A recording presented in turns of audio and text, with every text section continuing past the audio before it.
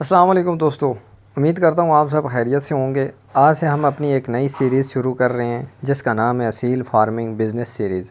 इस सीरीज़ में हम शुरू से लेकर आखिर तक हर उस चीज़ के बारे में बात करेंगे जो एक शख्स को असील फार्मिंग को शौक़ से निकाल कर एक बाकायदा बिज़नेस बनाने के लिए जाननी चाहिए।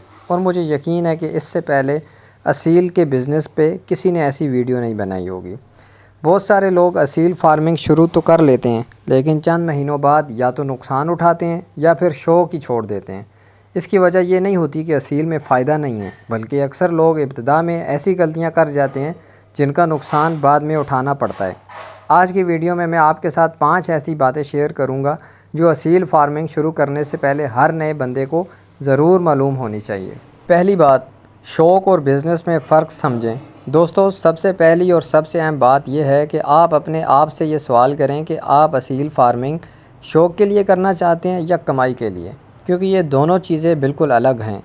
अगर आप सिर्फ अच्छे खूबसूरत परिंदे रखना चाहते हैं, उनको देखकर खुश होना चाहते हैं या अपने दोस्तों को दिखाना चाहते हैं तो वो शौक़ है।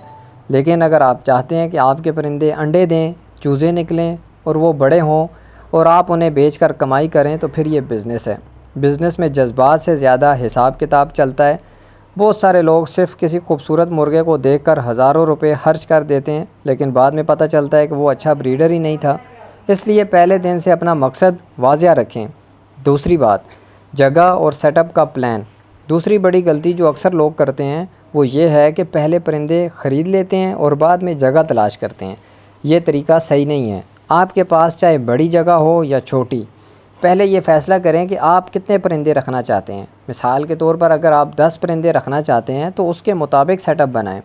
गर्मियों में हवा का इंतज़ाम होना चाहिए, सर्दियों में ठंडी हवा से बचाव होना चाहिए, बारिश में पानी अंदर ना आए, सफाई आसान हो। अगर सेटअप ख़राब होगा तो बेहतरीन नस्ल के परिंदे भी अच्छी कारकर्दगी नहीं दिखा सकेंगे। मैं ख़ुद भी ये बात अपने तजर्बे से सीख चुका हूँ कि अच्छा सेटअप आधी कामयाबी के बराबर होता है। तीसरी बात, अच्छा ब्रीडर मुंतखब करना सीखें। ये बहुत अहम मौजू है।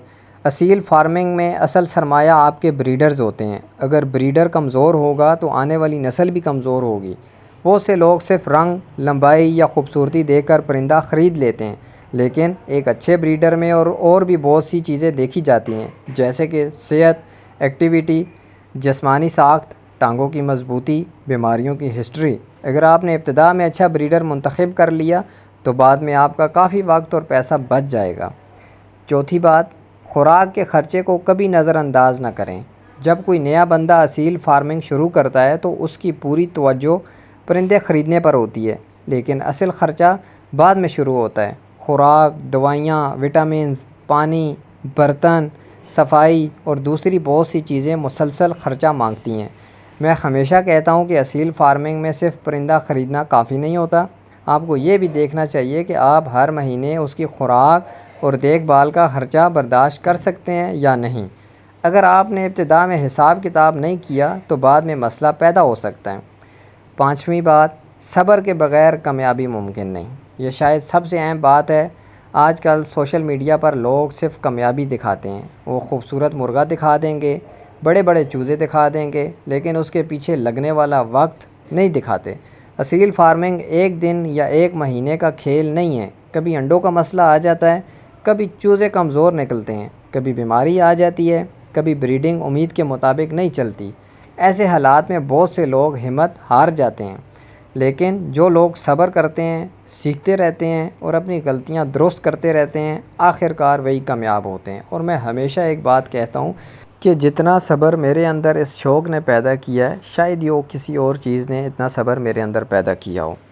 दोस्तों, अगर आप असील फार्मिंग को वाकई एक कामयाब बिज़नेस बनाना चाहते हैं तो इन 5 बातों को हमेशा याद रखें। शौक़ और बिज़नेस में फ़र्क समझें, अच्छा सेटअप बनाएं, बेहतरीन ब्रीडर मुंतखब करें, ख़र्चों का हिसाब रखें और सबसे बढ़कर सब्र करें।